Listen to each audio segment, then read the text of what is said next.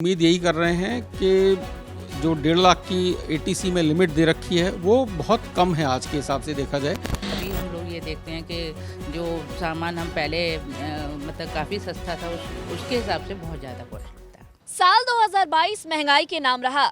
महंगाई ने किचन का बजट तो बिगाड़ा ही, साथ ही महंगी ईएमआई ने कंगाली में आटा गीला करने वाली स्थिति पैदा कर दी। अब 1 फरवरी को 2023-24 का बजट पेश होने वाला है और ये मोदी सरकार के दूसरे कार्यकाल का आखिरी बजट होगा। ऐसे में आम जनता को इस बजट से बहुत सारी उम्मीदें हैं।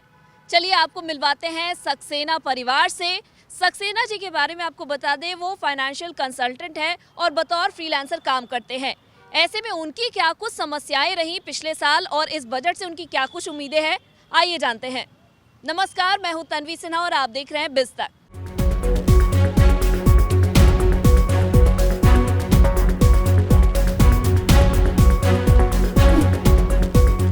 अखिल जी, हम आपसे जानना चाहेंगे, पिछला साल 2022 महंगाई के लिहाज से काफ़ी ज़्यादा मुश्किल भरा रहा। ऐसे में आपका अनुभव कैसा था?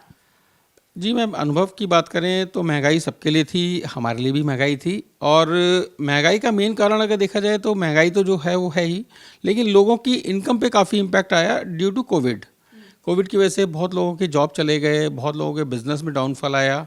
उस वजह से डेफिनेटली सबकी इनकम पे इफेक्ट पड़ा। और अगर मैं अपने बिज़नेस की बात करूं एज ए इंश्योरेंस इन्वेस्टमेंट, तो उस पर भी काफ़ी इम्पैक्ट आया उसका, क्योंकि लोग अपने सर्वाइवल के लिए फ़ाइट कर रहे थे उस टाइम पे। तो इंश्योरेंस या इन्वेस्टमेंट की तो बात करना ही थोड़ा मुश्किल था उस टाइम पे।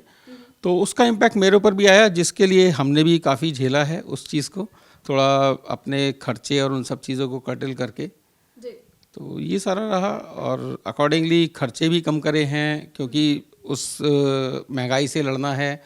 और जैसे हम लोग मंथ में 1 या 2 बार अगर लंच पे बाहर जा रहे हैं या डिनर पे बाहर जा रहे हैं, तो उन चीज़ों को कम करा। जितने खर्चे हम कम कर सकते थे वो कोशिश करके उनको हमने कम करा है। और भी अपना कुछ पॉलिसीज़ थी, इंश्योरेंस पॉलिसीज़, जो कहते हैं, कहावत है कि आड़े वक्त में अपनी सेविंग्स ही काम आती हैं। तो उन चीज़ों का जो हमारी सेविंग्स थी वो हमारे उस टाइम पे काफ़ी हेल्प करा उन सेविंग्स ने। अखिल सक्सेना जी काफी समय से बतौर फाइनेंशियल कंसल्टेंट काम करते हैं। उनकी हर महीने करीबन 50,000 रुपए कमाई है। मतलब साल भर में अखिल जी 6 लाख रुपए कमाते हैं। उनसे बात करने पर पता चला कि फिलहाल वे अपने घर में अकेले अर्निंग मेंबर हैं। उनकी एक बेटी अभी पढ़ाई कर रही है, तो उन पर जिम्मेदारी भी कम नहीं है। उनके इनकम का 3 लाख सालाना खर्च घर के सामान और ग्रोसरी पर होता है। वहीं करीबन 2 लाख बिटिया की पढ़ाई पर वो लगाते हैं। मेडिकल खर्च की बात करें तो करीबन 1 लाख इसमें चले जाते हैं। सक्सेना परिवार का पूरा हिसाब किताब देखें तो उनके पास बचत के नाम पर कुछ भी नहीं बचता।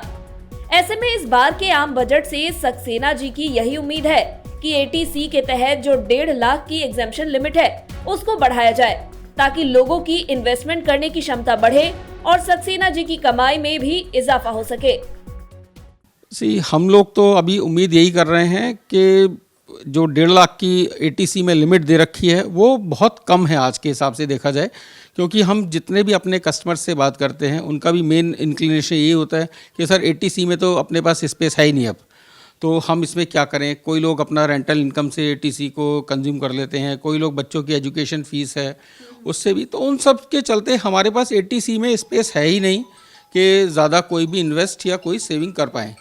तो हम लोग यही वित्त मंत्री से चाहते हैं कि अपने इस एटीसी की लिमिट को 1.5 लाख से बढ़ा के जितना मैक्सिमम कर सकते हैं, 3 लाख 4 लाख जितना कर सकते हैं वो करें, सो दैट लोगों की इन्वेस्टमेंट की कैपेसिटी और बढ़े सेविंग करने के लिए। तो ये तो अखिल जी ने अपनी समस्याएं बताई, साथ ही उन्होंने क्या उनकी उम्मीदें हैं, आकांक्षाएं हैं इस बार के आम बजट से वो बताया। चलिए, जिनको घर की फाइनेंस मिनिस्टर कहते हैं, गृहिणी कहते हैं, उनसे भी बात कर लेते हैं। हमारे साथ जुड़ी हैं विनीता सक्सेना जी, उनसे जानते हैं कि जो 2022 में महंगाई चरम पर थी उस दौरान घर का बजट उन्होंने कैसे मैनेज किया और क्या कुछ समस्या आई। काफ़ी सब्जियों के रेट काफ़ी बढ़ गए थे, बाकी घर के दालें वगैरह ये सब काफ़ी कॉस्टली हो गई थी। प्लस आपका मैनेजमेंट बहुत ज़्यादा डगमगा गया था, क्योंकि भाई सब घर में जो भी सामान है, जो खर्चे थे वो बहुत ज़्यादा हो गए थे। विनीता जी, आपके बच्चे भी हैं, स्कूल जाते होंगे, उनकी पढ़ाई में भी खर्चे काफ़ी बढ़े होंगे। पढ़ाई में काफ़ी डिफरेंस था, और जो हम लोग बुक्स वगैरह लेते हैं या कुछ भी, जैसे ड्रेसेस हैं कुछ भी हैं, तो उसमें काफ़ी फ़र्क आया। अभी हम लोग ये देखते हैं कि जो सामान हम पहले मतलब काफ़ी सस्ता था, उसके हिसाब से बहुत ज़्यादा कॉस्टली था। तो आपने सुना, विनीता जी की भी अपनी समस्याएं हैं और उनकी भी यही मांग है कि महंगाई जो है, जो पिछले साल काफ़ी ज़्यादा बढ़ी हुई थी, वो कम हो जाए। तो ये तो हमने जाना सक्सेना परिवार की क्या कुछ समस्याएं रही, महंगाई से वो कितने त्रस्त और परेशान रहे 2022 में। ऐसे में उनकी उम्मीद है कि आने वाले आम बजट में वित्त मंत्री निर्मला सीतारमण जब 1 फरवरी को अपना बजट पेश करे तो वो जनता के लिए कुछ जरूर खुशखबरी लेकर आए और उनके पिटारे में आम जनता, मध्य वर्गीय लोगों के लिए कुछ ना कुछ खास और अच्छी खबर हो।